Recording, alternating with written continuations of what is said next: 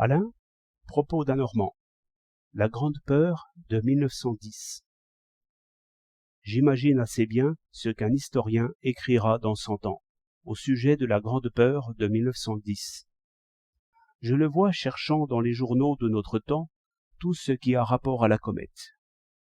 Cette réunion de documents concernant un même fait sera déjà, par elle-même, une erreur, car il verra ses propos sur la comète séparés de tout le reste, et formant comme un monde à eux tout seuls. Naturellement, il ne s'occupera pas de ce discours ordinaire et raisonnable de la vie, qui pourtant se continue autour de nous et en nous, comme chacun peut voir. Aucun chroniqueur ne note que ce qui est étrange et hors du commun.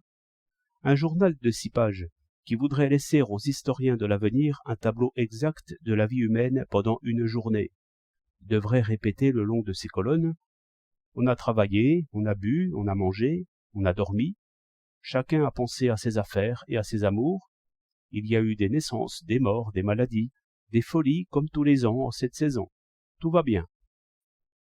Dans cette description, en gardant à chaque chose la place qui lui convient, ce journal n'aurait sans doute pas une ligne en tout pour les crimes, les extravagances et les paniques, car l'humanité est merveilleusement sage, et peut-être l'a-t-elle toujours été, mais l'historien, nécessairement, la voit folle, ou stupide, ou sanguinaire.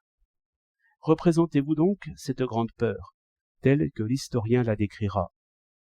Les journaux ne parlent pas d'autre chose. Chaque jour, des hommes et des femmes se tuent par crainte de mourir. Ici, l'on s'assemble pour prier, là, au contraire, on veut mourir dans les plaisirs de l'ivresse. Votre historien raisonnera là-dessus. Il dira que les lumières de la science étaient encore bien loin d'avoir pénétré jusque chez les pauvres gens, ce qui n'est que trop vrai. Mais il le prouvera en disant que la plupart avaient très peur, ce qui n'est pas vrai. Personne ou à peu près n'a peur.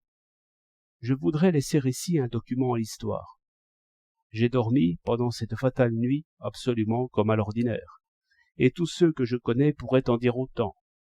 Il en est de cette comète comme de ces catastrophes qui se passent à 2000 lieues de nous et nous sont comptées en 3 lignes.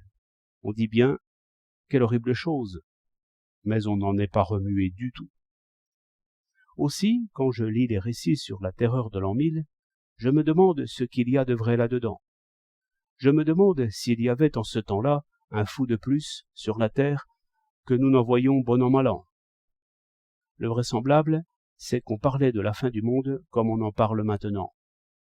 Ceux qui étaient gais en riaient, ceux qui étaient tristes en pleuraient. Personne peut-être, en tout cela, ne croyait à autre chose qu'à sa propre joie et à sa propre peine. 20 mai 1910.